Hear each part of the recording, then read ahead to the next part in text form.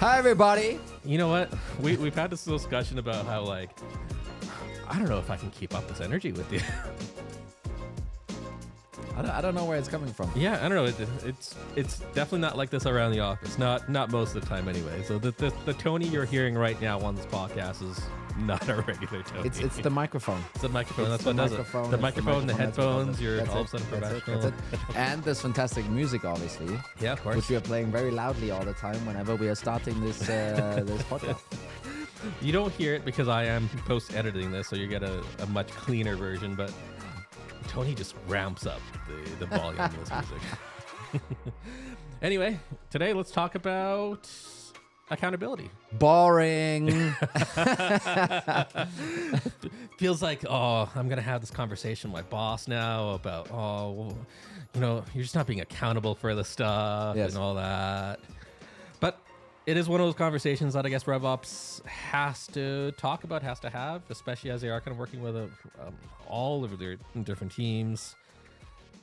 Now, as an example here, it's much easier to be accountable if you only have a 1 or 2 person team. For example, for this podcast, I set everything up here. I make sure the lights are good. I make sure the recording's good. I make sure that, you know, we have some talking points. I make sure I show up. Yeah. So at least you're accountable for something. But it is one thing to talk about, you know, a small project like that. But once you actually start going into talking about, like, hey, we want to get this marketing team accountable. We want to get sales accountable. We want to get everyone all of a sudden in line.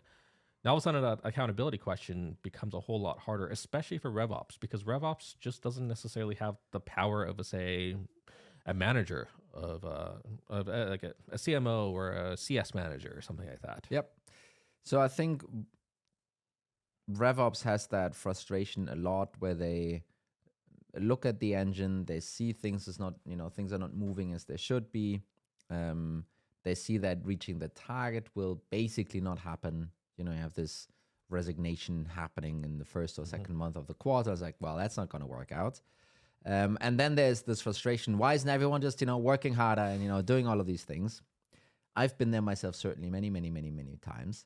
And today, I think we wanted to talk a little bit about how you can overcome some of that.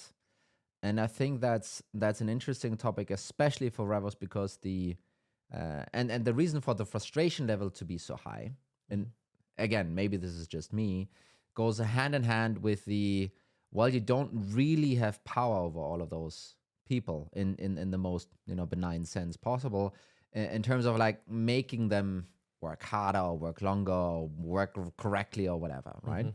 And that, you know, goes to a little bit to your intro. You're not the manager of them. No.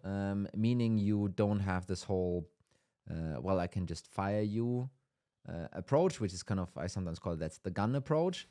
The only thing that you as revenue operations have is the smile. You can only smile at people and hope and make them, you know, do what you want them to do, right? Yes, extremely light management. Yes. And accountability is one of those things that, you know, if you want to, or if you can install them as revenue operations across your whole funnel, then actually some of these things will become a lot easier. And some of the signs I think that I've seen myself and maybe you're seeing is, first of all, people don't 100% know what they're supposed to be doing, not on a process perspective. So usually people know what, you know, need to come to work, sit down, open the laptop, and so forth. That's usually pretty clear. But not everyone is pretty clear on the targets that they need to achieve. That sometimes is an outcome of not having targets for all of these different roles and people and teams. And if you don't have that, the conversation about that someone isn't doing as expected is extremely awkward, right? Because it's not the unemotional, you know, your number was 10 and the number that you achieved was 8. So that's below. Yeah. You can't have that very clinical and objective conversation. It then usually becomes I think you can do more, and why aren't you doing more? And, you know, why don't you work harder? Which especially if you're, And RevOps has the tendency of being a little bit more junior in some organizations, not only in age, but also maybe in seniority in this sense. And I had it many times where I, as a junior RevOps kind of person, was trying to have that conversation with an account executive who's been in the job for 15 years, and I was like, "Can't you just work a little bit harder?" And that never really worked out that great for me. And so those are some of the symptoms you might be seeing and might be frustrated about, right? And I think what we want to explore today is how you can solve some of that through creating accountability from a revenue operations perspective. Yeah. And so before we get into some of the actual practical advice, let's talk about what do we exactly mean by accountability here? Yeah. So accountability for me means that everyone knows what they're supposed to do, and that they understand that if they don't achieve that is a negative consequence. Whether or not this is immediately you being put on notice and you're being fired or something like that's not what it means, but it's a no pat on the shoulder, situation, right? And the first step in order to achieve this from a RevOps angle is, in our sense, create transparency. Transparency is the first step to accountability. And then obviously we assume, and that's why we're talking about, that accountability leads to performance or better performance, right? So the first step of transparency, and transparency means that many different people know what many other people are expected to do or expected to achieve. Yeah, basically that might mean that generally people know that you as an SDR need to create 10 or 12 opportunities a month. Or at least your teammates know that that's your expectation. Or for an AE, that might be the expectation, and so forth. And then we're gonna stick in a lot of sales examples. In the end, we're gonna go also into like a specific marketing example. But sales is just a very kind of easy example to talk about, right? Because it is very clear sometimes compared to other departments. And transparency then basically, the way you then create transparency is very, very simple, very stupid, by putting up dashboards. Yes. Very, very easy. And yes, sure, lots of people might be working remotely and there's no office, and I get that. And then you need to come up with some other ways to do it. You can, by the way, still use a dashboard. But really the idea is that there is a screen that hangs somewhere that shows numbers that on the top end obviously have to do with the performance of the company, but supplemented and supported by, and that to a degree will also be shown on that dashboard, individual people working towards that. So in sales, this might be you have your global target, and then you might have regional targets, team targets. Great. Now we know that the VP US is accountable or responsible, and I don't want to get into all of there's a big difference here, I know, but let's not go into this for that number. And then next to it there might be a column or something like that shows the top reps across the board. So we always tried, so we're in Denmark, so we always tried to stay away from showing the least performers and making kind of a thing out of that. But we basically showed the top performers, right? And if you're not on the first 10 out of 20, then let's just say you're not above average. Yeah. And we did the same actually for the SDRs. Yeah. And for the SDRs, we did both activity stats, and we did meetings booked and so forth, right? And again, here is people might be saying like, Tony, activity stats, I don't really agree, really the outcome, that what matters. Well, I totally disagree. I think people need to be calmed on the outcome and this, that they can influence themselves, which is meetings booked. It potentially lesser so should be revenue created for an SDR role.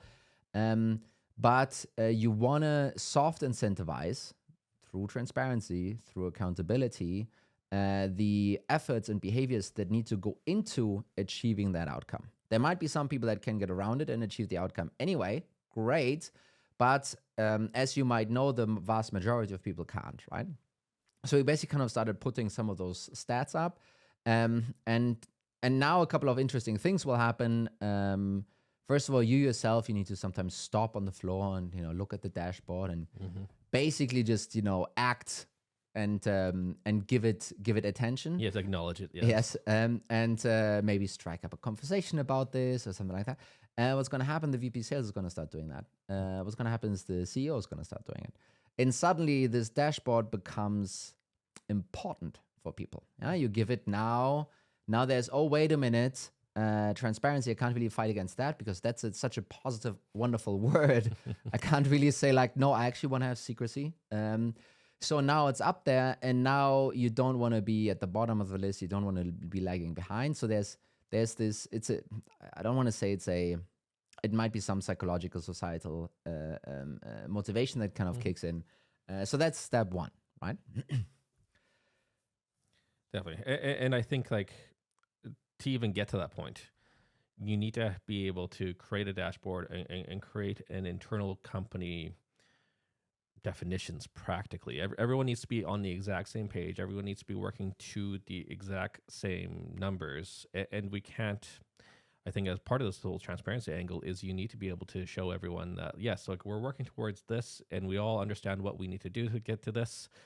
I'm not just in my own marketing bubble over here, having my own definitions, having my own metrics to account for. So that's actually a good point. So I was jumping over that, which really is in order to hold someone accountable to something, the one doing the work and the one being the manager, so to speak, you need to speak the same language, obviously, right? You can't have one standard be measured differently than the other. You need to talk about the same thing, and that usually then means you need to have clarity on what those metrics actually mean, right? And I think in practical example, obviously, so in our case, we comped the SDRs on meetings held, so people actually showing up. But the ongoing work was on booking the meetings, so there was always a little bit of a discrepancy between those two. But the more standard one of a discrepancy of metrics is the solo activity thing, right? And it's like, how many, how many emails were sent and dials and all of that stuff. That's usually easy. And then they say like, well, but I also did a couple of likes on LinkedIn. Isn't that also an activity? And and you kind of get into that whole conversation, and that's obviously where you need to stop, but it needs to be clearly defined. What later on for AEs, for example, in our case, became much more important, since they did very little self-prospecting, maybe 10% or something like that of their pipe. Everything else came from SDRs and marketing, very little partners in the sense. They were basically supplied with opportunities to, on average, hit their target. And basically, the main point for them they were still comped on the quota achievement, but in between, it was really about the processing of those opportunities. What's the conversion rate? How long time does it take? What's the average sales price? If they were beating the model on one or two of those things, they were able to go above target and get a massive commission check based on that, right? So really creating that transparency and accountability, for example, with UAEs, that yes, you will get money based on the quota you achieve, but really the input is in someone else's hands to a degree. So really what we're going to try and manage and compare you guys on is actually the processing of open opportunities to closed won opportunities, right? And again, that's an accountability thing you can bring in. This is also a piece that over time, RevOps can educate the VP of sales and so forth on. And again, many different ways to define conversion rate, many different ways to define sales cycles and ACVs. Those things obviously need to be ironed out and cleared up before you really can have that kind of conversation. Definitely. So let's start going into a little bit more into the actual target setting. Yep. So how would you kind of start approaching that? Where would you kind of start? So in a more boring sales context, and we're going to talk about marketing actually here now in a second, you basically want to create a situation where if you have a VP of, let's say outbound, VP of SDRs, something like that, they have a target of 1,000 opportunities to be created in a month or in a quarter. You basically want to then have two directors that, in combination add up to the 1,000 or maybe even a little bit more, to have a buffer. And then those directors, they want to have enough managers that carry that target up. And then those managers want to have enough SDRs to get them to target. And that is a logic that holds absolutely true. Everyone agrees with it. And it's like, yep, that's how that should be working. What sometimes puzzles me is how that logic is being thrown out the window for other parts of the funnel, for example, marketing. Yeah. And the reason why it's so standard on the sales and SDR side is because you will have an SDR that needs to create a certain amount of opportunities that, as a team then gets to the manager, as a manager team gets to the director, and as a director team gets to the VP. And you basically have, for every single step in this pyramid, for every single step in this funnel, you have one person accountable for one specific thing to be achieved. As a sum, it achieves the whole thing, but as individuals, that's very clear accountability. And if someone is falling off that track, if someone is only doing 2 or 3 or 4 or 5 opportunities, that will be that hurts across the whole pyramid. It doesn't hurt across the other manager to the side or the other SDR to the side. It doesn't hurt laterally, but it hurts vertically, right? Your manager will be behind, and therefore then your director will be behind, and therefore then the VP will be behind, right? And that combined with a very specific pinpointing of Tony the SDR was supposed to do 10, only did 2, and Bart, the manager of me, gets some really tough questions suddenly. It's like, so why do you like this Tony guy so much? What's your plan, Bart? Yeah. And then Bart is going to have a PIP so performance improvement plan conversation with me, and so forth. Fantastic accountability throughout the whole engine, and therefore sometimes also works extremely well. Definitely. And I think these verticals within this engine, I think we talked about it. It's like a relay race, right? It's like you can't have one runner running less than another runner. You have to be able to pass a baton at certain points, because this is how this system has to work. So we wanted to save that analogy for the marketing side. Let's cut this. Let's jump into this though. So so now we have this pyramid approach for the outbound SDR side, right? And everyone can totally describe it, and that's fine. So why the hell is that not fully the case actually with the marketing side as well, right? In the marketing world, you have a VP of marketing that owns, let's just say, also 1,000 opportunities, or a pipeline target, or even a revenue target, or something like that.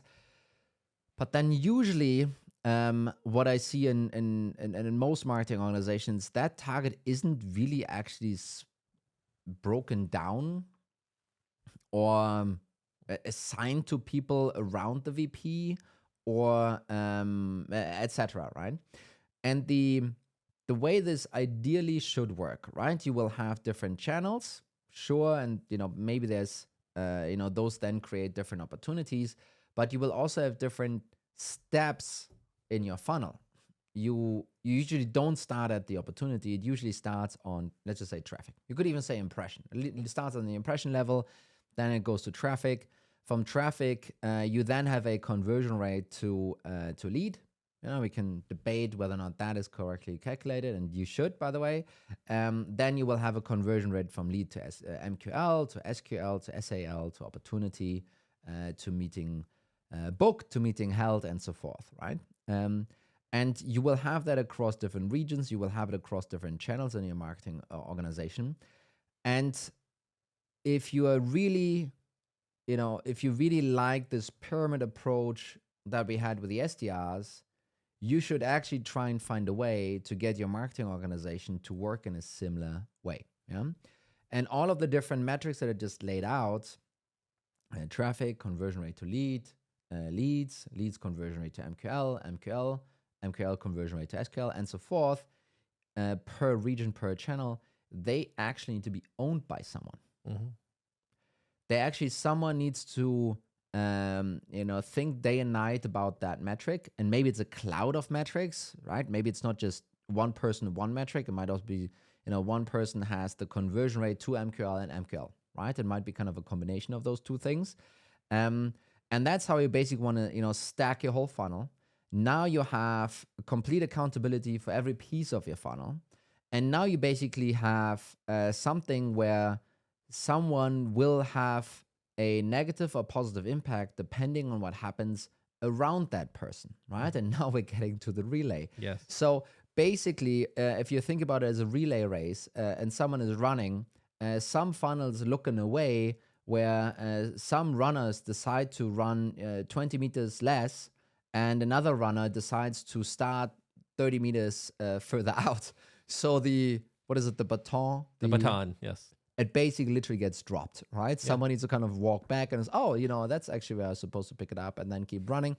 And obviously that what's basically is happening in many marketing or funnels. Let's just say, and it's not marketing or but in many funnels, if you now have people actually being responsible for the handover and to be like, hey, wait a minute, I can't stop 20 minutes short and you can't start 30 minutes later.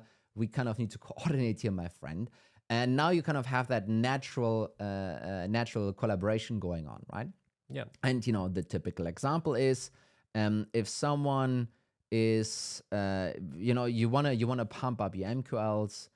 It's my usual boring go-to, but you can basically change the MQL definition, and you can then move the conversion rate and the number of MQLs in a specific way. However, if you do this, you will basically create an issue for let's just say the relay runner that owns the conversion to SQL and the SQLs. Yeah. Because suddenly, maybe there's now some manual labor involved. Maybe there's some people that now call these MQLs in order to convert them to SQLs. But if you have too many of those MQLs and you have only X amount of inbound sales reps to qualify them, suddenly that's not going to work out. So that's a problem. And number two, this conversion rate that you're being held accountable to, the MQL to SQL conversion rate, it suddenly drops and someone will be barred. Why is that conversion rate dropping? What the F are you doing?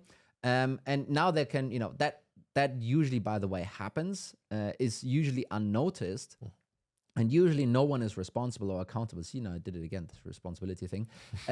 But in a scenario where if every metric has someone that is assigned to it, suddenly, that necessarily can't happen like such anymore, right? And now you have a conversation. It's like, hey, mate, if you change your MQL definition, then I actually need to increase my inbound SDR headcount. And, for that, we would actually, need to go to the CFO to make a case here. And what really would be the potential revenue impact and so forth, right? You will then be forced to have those conversations. And, as a worst case outcome, what I've actually have heard now a few times, MQL division includes non-hand raisers, so webinars and white papers on all of that stuff. There's a really great successful webinar that's happening. Suddenly MQL count goes through the roof. Inbound SDRs try and work through it. They basically don't know which ones are hand raisers and are non-hand raisers. And what happens is that they're so swamped that they don't get to the hand raisers, which then suddenly decreases the conversion rate of the hand raisers, right? And that is obviously complete mayhem. That shouldn't be happening like at all. But again, if you don't have people being assigned to each of those metrics, be accountable for the different parts of the funnel, then that's basically what's going to happen. Definitely. And I think it's interesting the fact that I think granularity has become the word of the month here, but you can't do any of this without that real granularity. Yeah. And I think so for sure, right? And again, if you don't know your engine well enough, and if you assign the ownership to metrics kind of too loosely, I think what's going to happen very quickly thereafter is that people will get very, very interested in the more granular and detailed perspectives of the metric that they own. And again, this goes back to the SDR and activity count metric. Yeah, sure, calls are accepted, but is it 4 seconds that the call needs to be connected to be called a call, or is it 10 seconds? That has a big impact, by the way. Or should we skip that and only talk about dials, actually, and make that an activity? What about emails? What about LinkedIn social activities and so forth, right? Yeah. And the same, you will have a tough conversation with the SDRs on activities. You will get those questions the next week for sure. But as you then assign someone in marketing to a funnel step, and you give them a hard time about that funnel step, going in one way or the other, for sure the next week they will come, well, it went in all of those directions because of those reasons, and I'm not responsible for this, I'm not just, blah. And really we need to split it up like this, and someone else needs to own that. And that's great. That is fantastic. You want to have that kind of granularity and detail kind of you want to go into. What then obviously creates some kind of the complexities and the granularity, and this is where some of our software comes in. And I don't want to go too deep into this, but obviously kind of that's kind of a pain point that comes out of this. Yeah. And as far as keeping on that SDR example you just kind of showed, I think a big part of it is the accountability also needs to be given to people who can actually have control or influence over what you're kind of trying to get at. Yeah, and I think if you violate that rule, so I'm just going to repeat it. If you make people accountable for something, they need to be they need to have the power and the ability to influence that metric. If those two things are disconnected, one or two things is going to happen. One, people will burn out. You apply a lot of pressure, but they can't get out of the pressure. Or number two, people will simply stop caring. It's going to be all noise, and there's like, whatever. I can't do anything about it. Fire me, I don't give a shit. And you don't want to have either of those two things happening, right? Definitely. And so you not only need that, but also like whenever you are kind of bringing them up, there is an interesting aspect about like you need to kind of bring this up clearly in a non-emotional way, and to be actually driven by, especially if you have your entire system in a granular motion, you can actually show how everything kind of links together and how one action will lead to another action. And now we're kind of getting into the target setting for this, right? Tracking a conversion rate is one thing, but again, just as me, as my 10, 15 years younger self going to this 40-year-old AE and being like, hey, shouldn't you be working a little harder? You need to have the same approach here. So think about maybe you have a conversion rate of 20% from lead to MQL. Great. But is it great? And what should it be? And you as RevOps can't just walk over to the marketing guy and say like, hey, listen, I think it should be 22. And then he or she will be saying like, no, get lost. And I think the answer to this is to think about having a very strong bottom-up planning process, right? It's it's very that old topic again, Tony. But basically what you would then kind of achieve is you have bottom-up really means, again, right, on the SDR side, how many actual SDRs do you have and how does it translate to, manager and regional targets and so forth. But you need to have the same approach for your marketing side and CS and so forth. Kind of all of that is the same. And on the marketing side, you basically then have, we call it guardrails for the further top end of the funnel metrics that are always a little bit loose. But the same as you go down the funnel, you want to have, targets or projected targets for each of these conversion steps in between and the volume steps that kind of funnel from that. Which then means as you execute the year and you have someone being responsible for a specific metric, you as revenue operations can then just simply come and say, hey, Bart, your conversion rate from lead to MQL is 20%. But when we all sat down in December to figure this whole year out, we actually said we want to get this to 22%. And it should have happened by now, Bart. Mm-hmm. So why didn't it? Completely different dynamic, completely different conversation. Not saying that Bart now is on the defense. He totally is on the defense. But it's not this, hey, you RevOps person thinks something or feels something. It's no, wait a minute. We agreed to this, late last year. And it was not me coming up with this, by the way. This was your VP. You talked about this. This is how you want to get to target. And now I can see there's a gap. And by the way, if you don't solve that gap, your VP will have a problem of, $500,000 by the end of the year, etc. Right? Again, funnels, the bow tie lays now, but basically this problem will be felt now throughout the funnel. Your direct manager will be hurt by it. Your director of that region or of that channel will be hurt by it. The overall VP for marketing will be hurt by it. even the VP of sales will be hurt by it because he doesn't have enough stuff to close, and the CEO and the CFO will be hurt by it. And so it's kind of a just as like with the SDR example, it basically now kind of creates a red line throughout the whole funnel, and that is very, very, very strong accountability, and it's and just thinking through that, think about your revenue engine and having it organized in such a way. I can hardly think of any single team that I've seen that didn't increase performance because of it. Definitely. And I think as we start wrapping up this episode, one thing that I like to think of this whole thing as is revenue on a level like this is a team sport. And in order to be a successful team, you need to have buy-in from each and every single member. Yeah. And everyone needs to know exactly what they're supposed to do. And everyone needs to be able to have a conversation with everyone else to be like, hey, why didn't you do? Right. Yeah.